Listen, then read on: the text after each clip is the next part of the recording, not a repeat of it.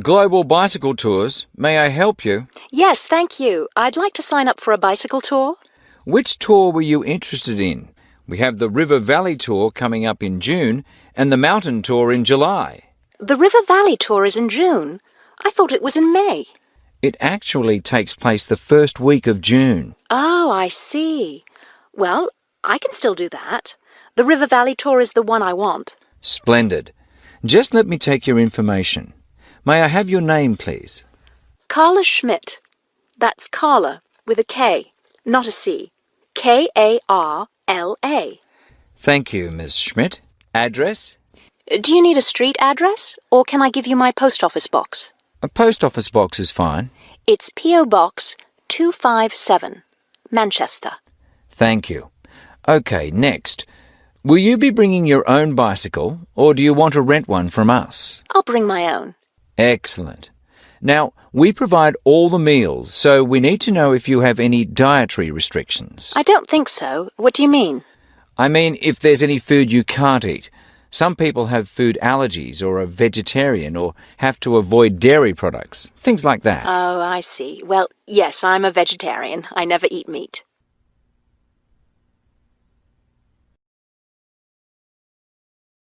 Before you hear the rest of the conversation, you have some time to look at questions 5 to 10.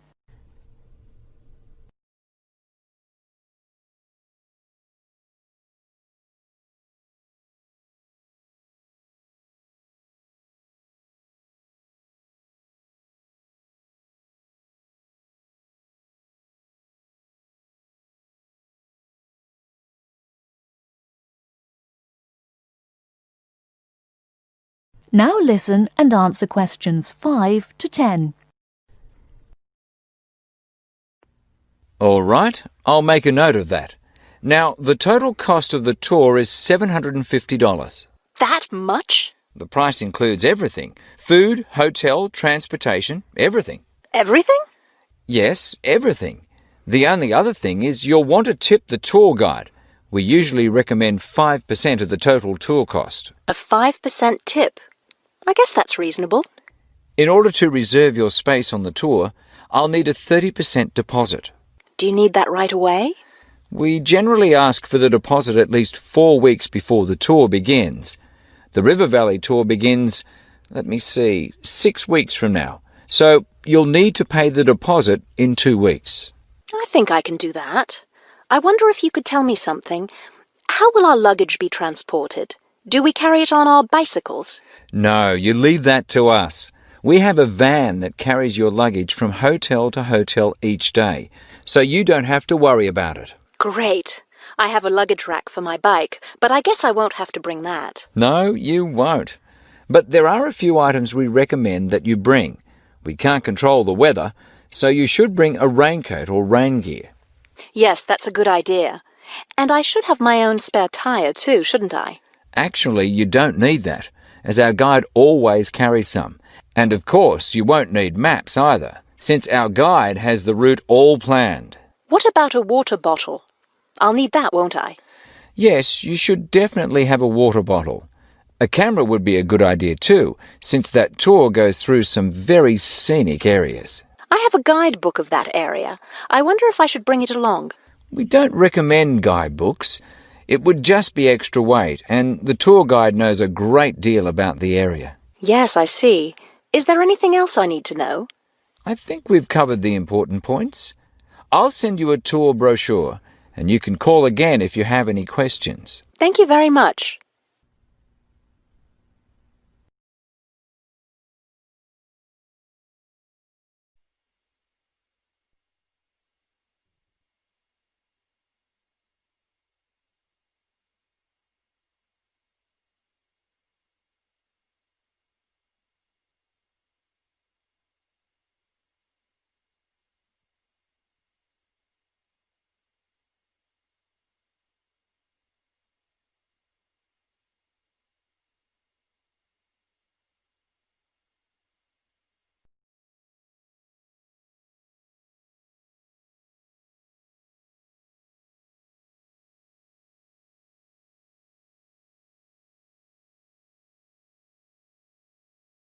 you will hear a job interview. First, you have some time to look at questions 11 to 15.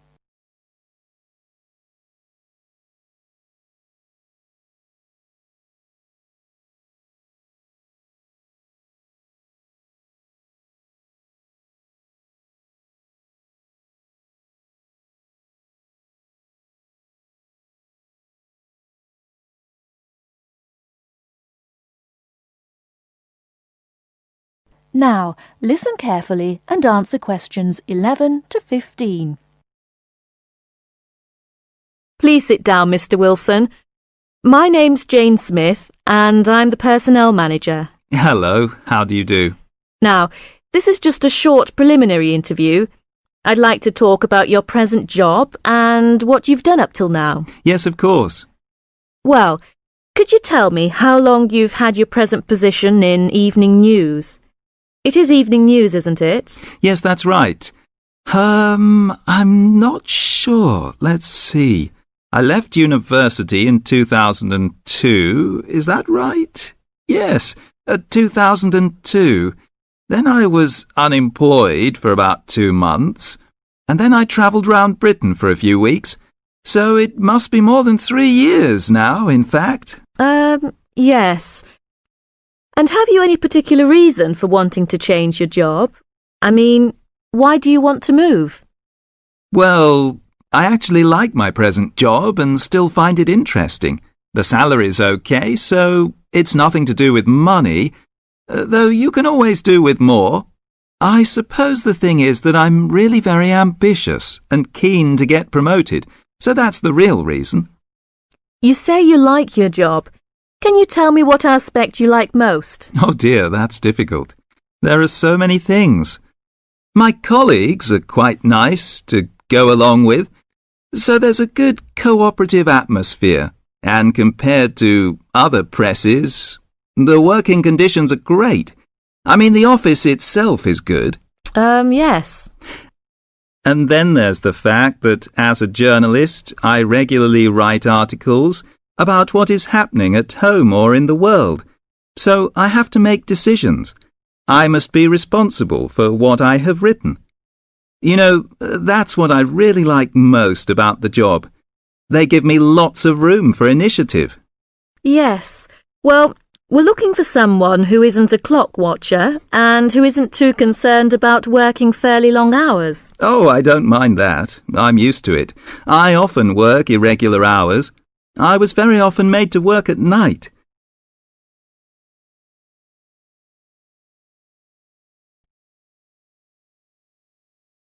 Before you hear the rest of the talk, you have some time to look at questions 16 to 20.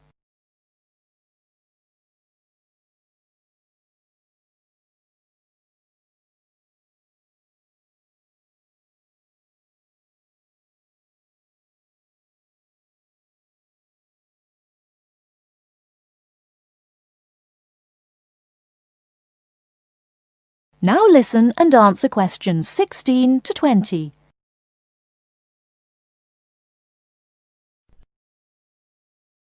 Hi, John. Are you nearly ready? Oh, no. I don't think I'm going to make it tonight. Why? I've got this assignment to finish for tomorrow. Well, maybe I can help. What do you have to do? I have to do a short presentation on some household object, and I just can't think of anything. I have to talk about what it is and the parts in it. Well, why not make it simple? Why not describe a bottle or a can? Well, that's far too simple. OK, how about an aerosol can? Maybe. What labels can you put on it? First, you'd have to draw an aerosol can. First thing you could label would be the hairspray or whatever was in the can. You'd just label that product, I suppose. Then you'd have to label the area above the product as the propellant. Is that the gas that presses down on the contents of the can, forcing it out through the dip tube? Yes, you've got it. OK. So far, so good. Now, at the top of the aerosol, there are quite a few things to label, so I'd have to write quite small. Unless you drew a couple of lines and showed an enlarged picture of that area. Yes, that would work. Then I could start labelling from the top to the bottom. The first thing on the enlargement would be the nozzle. The what? The nozzle. You know, Nozzle. Then the seal. Right. Then all I'd need is the spring. No, you'd need to label the inlet first, then the final part would be the spring. Anyway, that's it. You've finished. We can go out now. Well, I have to type all that into the computer first, and draw the can. Oh!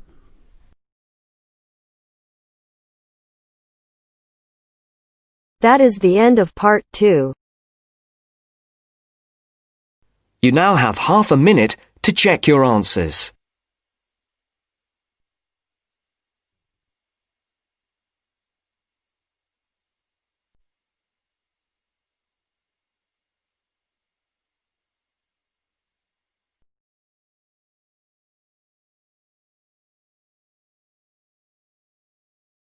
Now turns to part 3.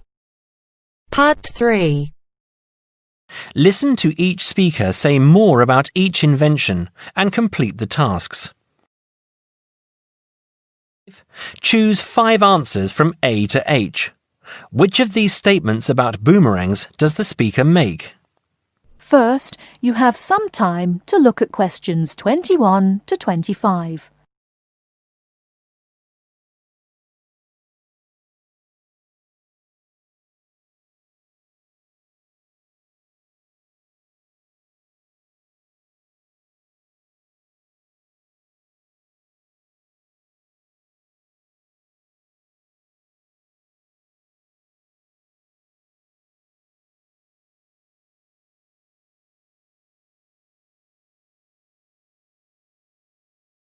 Now listen carefully and answer questions 21 to 25. Most people probably don't realise what a clever thing a boomerang is. People think they're just toys or something used for sport. In fact, they were the very first objects made by human beings that were heavier than air and could fly. They were used for weapons and for hunting. The oldest Aboriginal boomerangs date back to 10,000 years ago. At that time, they would have been very advanced in terms of technology. The remains of boomerangs have been found in North Africa, India, and parts of America, but it's the Aboriginal boomerang that everyone knows about. When it's thrown correctly, it follows a curved path and comes back to where it was thrown from. Some boomerangs are only about 10 centimetres long, but the biggest can be over 2 metres. Not all boomerangs are designed to come back to the thrower. Hunting boomerangs, some of which are still used by Aborigines in Australia, are designed as flat throwing sticks and are used for hunting. These boomerangs that followed a straight path and flew very fast were actually more difficult to make, and it could be that the famous returning boomerang was actually invented by accident as attempts were made to develop a faster hunting weapon. Nowadays, boomerangs are made mainly for tourists. It can be quite difficult to learn to throw one so that it comes back to you, and you may need a few lessons before you can do it properly.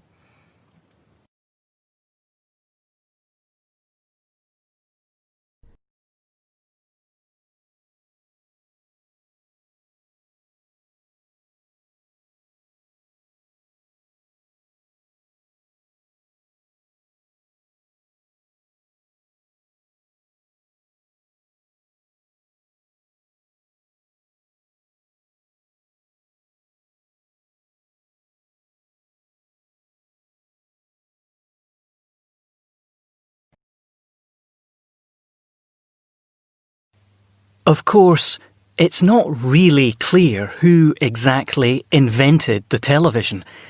A number of different scientists and inventors were working on similar projects at the same time. But a man from my country, John Logie Baird, is the man who created the first working television system.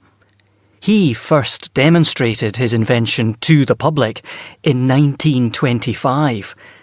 At one of London's most famous department stores, Logie Baird demonstrated how silhouette images could be seen to move on a screen. In 1926, he demonstrated his invention again, this time at his laboratory to the Royal Institute and to reporters from the Times newspaper. The quality of the projected image had improved greatly, and the event is considered to be the first real demonstration of a television system. In 1928, Logie Baird developed his invention and demonstrated the first transmission in colour.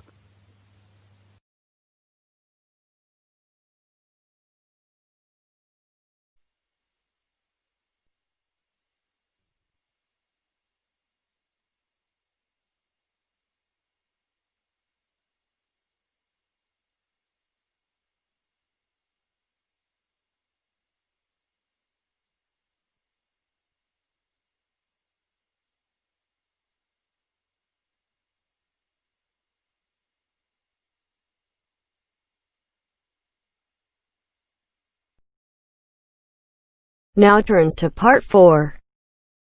Part 4. You will hear the speech made by Mr. Samaranch on the opening ceremony of the Olympic Games. Listen and complete questions 31 to 40.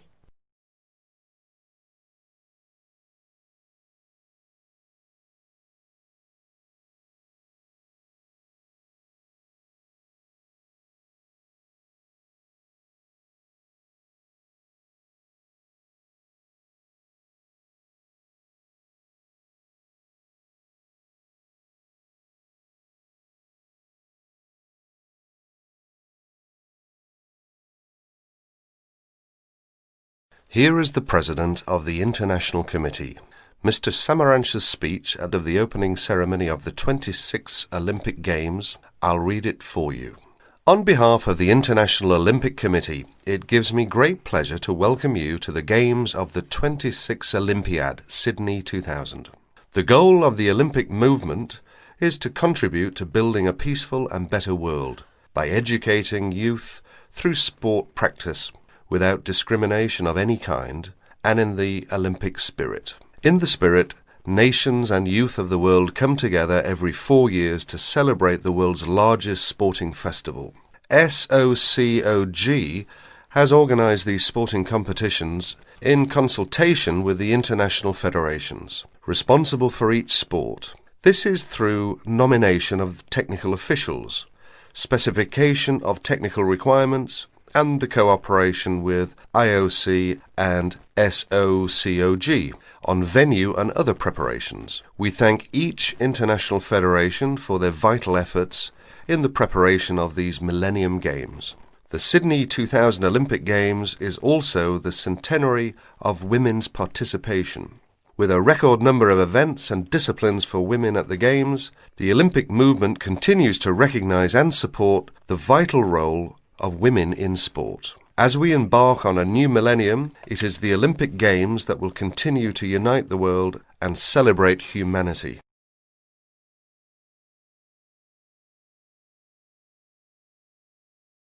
That is the end of Part 4. You now have half a minute to check your answers.